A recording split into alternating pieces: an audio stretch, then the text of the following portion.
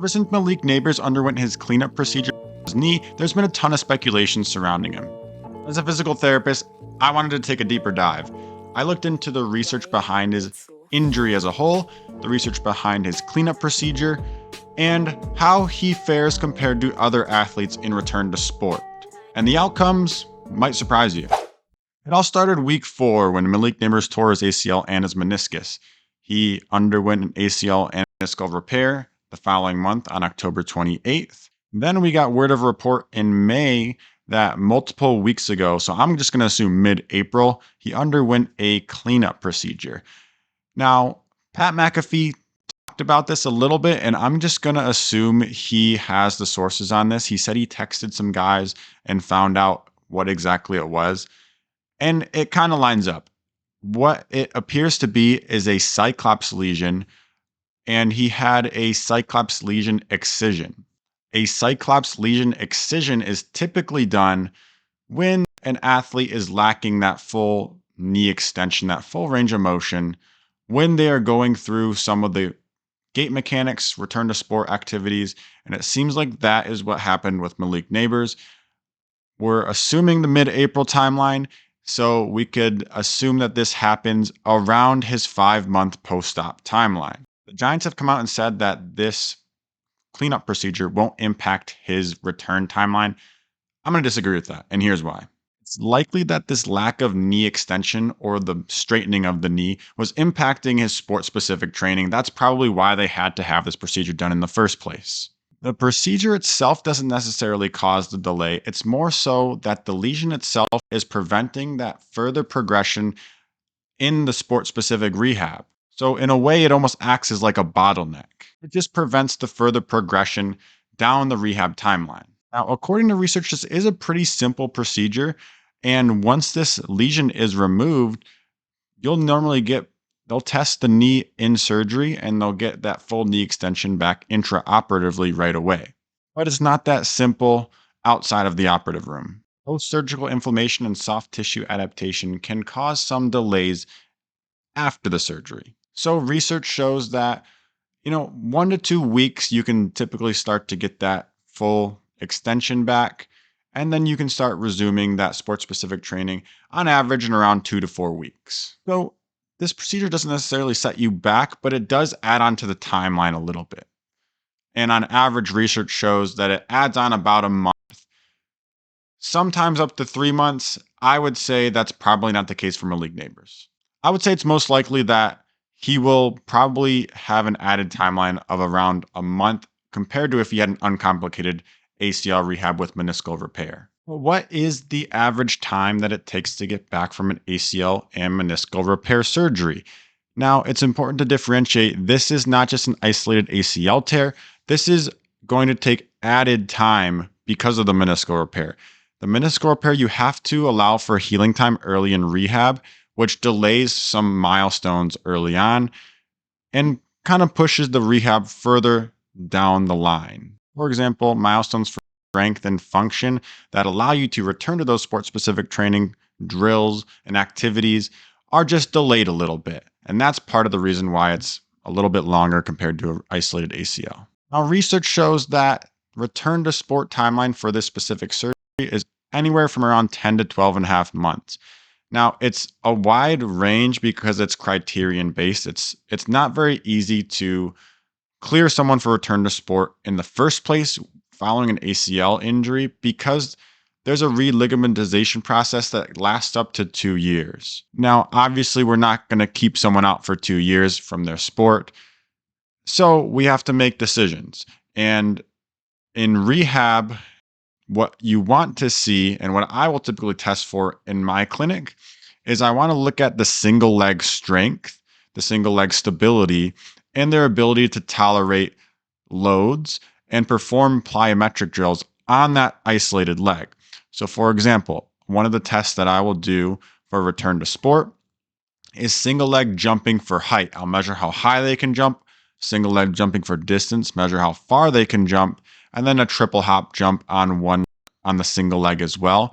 I'll average their 3 or 4 trials for each of these tests.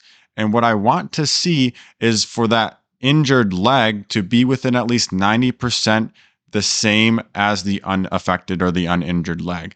That to me is what will typically allow me to say, okay, you can return to sport because that single leg is doing, again, around 90% of as well as the unaffected leg. So it's no doubt that the Giants rehab team will have their criterion based return for Malik Nabers, but with the delay from the cleanup procedure, I would expect, like I said, that to add on about a month of time to his total rehab. I would say we're looking at around 11 months that this rehab will total. That takes us to around week 4. A worst case scenario would be in the research that shows 12 and a half months. That would be week 8. I wouldn't expect that for Nabers, but that's something to keep in the back of our mind. In the worst case, it could be week 8, which is half the fantasy football season. Assuming he does return anywhere from weeks 1 to 4, how will his performance be impacted this season? Will that take a dip? Research shows that a lot of times in NFL players, it does take a pretty substantial dip. Now, the research study that I looked at was heavily skewed towards defensive players. Around 40% of the players that were defensive players showed a dip in form, not only in the first season, not only the second season, but also in season 3. I wouldn't expect that for a skill position player. And it doesn't really, the research that I looked into doesn't really dive deep into that. But it does look at NBA players. It does look at soccer players. And what showed in those groups of players is they suffered a dip in form the first season back and then returned to form the year after. At least in NBA players, that was what it specifically was. So I would expect Nabers to most likely have a dip in form on the first season. And then at the second season, when that religamentization process is at the full strength that ACL is going to be at, that's when I would expect that return to the prior performance level. So even if he does return early in the season, I would expect a production dip. Of course, there are outliers in these scenarios, and Malik Nabers is an elite athlete. He's an elite player, as we saw in his rookie season, as we saw in last year's season in the short time period that he was playing. So I wouldn't put it past him to come right back out on the field and be a great performer. But the historical data doesn't really show that. So until he proves otherwise, I'm going to be expecting a dip in form this season. To conclude, in best ball, he's still being drafted pretty high for the fact that he could be out until week 4 or 5. Now, I know a lot of people are saying, yes, but it'll be available for the playoffs.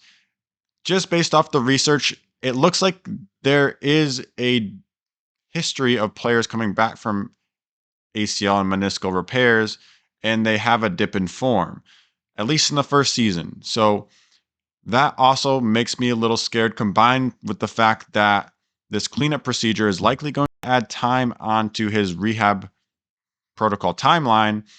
And at a worst case scenario of week 8, it just doesn't seem like a risk that I want to take in a best ball league. Now, in Dynasty, that's a different story. If I'm a contender, yeah, I'm probably selling. And I'm probably selling right now before he has that production dip. That is, I would anticipate that's going to come when he does return. But if I'm a rebuilder, I would definitely be buying, because I don't think that Nabers, like some of the defensive players, offensive linemen in the research, they showed a dip in years 2 and 3. I wouldn't expect that with Malik Nabers. I think he would bounce back in year 2, just because he is an elite player. He's an athletic player. So I would almost compare him to an NBA player, where the research showed they returned to form in year 2. What you could do with Malik Nabers in Dynasty, if you want to buy him or create a buy window, if you haven't already, is wait for the season to begin. The Giants organization have said that they are optimistic for him to come back week 1. I don't think that's going to happen.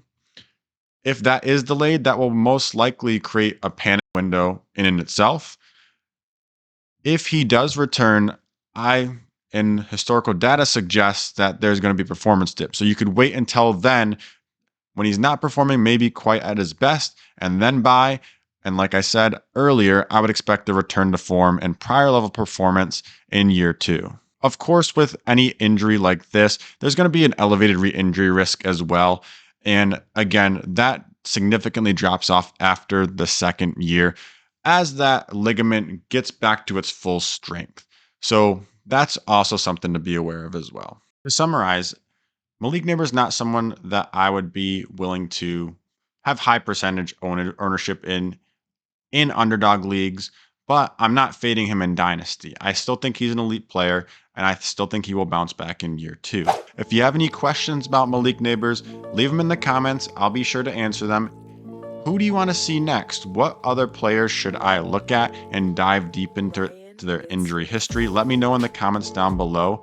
And make sure to hit that like button. Make sure to subscribe and hit the bell. You can follow me on Twitter. I'm updating with threads on there and responding to people's injury questions as well.